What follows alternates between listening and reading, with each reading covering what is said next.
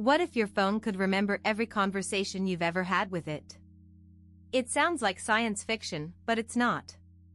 You can already see this in action with virtual assistants like Siri or Alexa.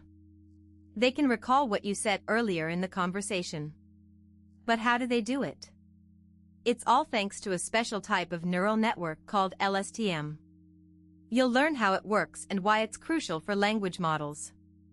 Imagine you're trying to remember a long story. You need to keep track of what happened at the beginning, middle, and end.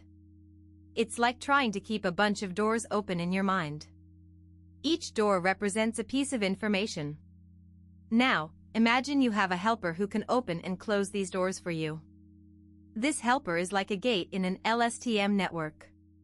The gate decides what information to keep and what to forget. You'll see how this works in a real neural network. So, let's break down how an LSTM network works. It's made up of many cells that process information one step at a time. Each cell has 3 gates, an input gate, an output gate, and a forget gate. The input gate decides what new information to add, the output gate decides what to share with the next cell, and the forget gate decides what to forget. This process happens for each piece of information that comes into the network. You'll see how this works in a real example. Let's say we want to train an LSTM network to predict the next word in a sentence. We'll feed it a sentence, one word at a time. The network will use its gates to decide what information to keep and what to forget. For example, if the sentence is "I love eating pizza," the network might keep the information that I is the subject and love is the verb. Then, when it sees eating, it might forget some of the earlier information and focus on the fact that eating is related to pizza. You'll see how this works in a real example. So, why does this matter? Well, LSTM networks are used in many real-world applications, like virtual assistants, language translation, and text summarization.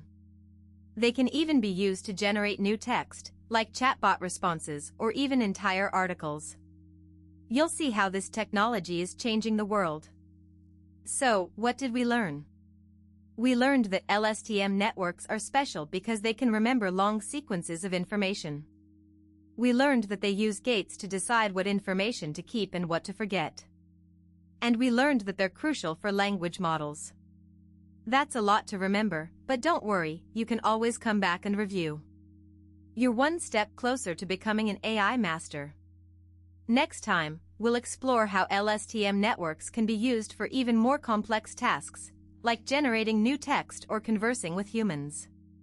It's going to be a wild ride, so be sure to subscribe and hit that notification bell. You won't want to miss it. Thanks for watching, and we'll see you in the next video.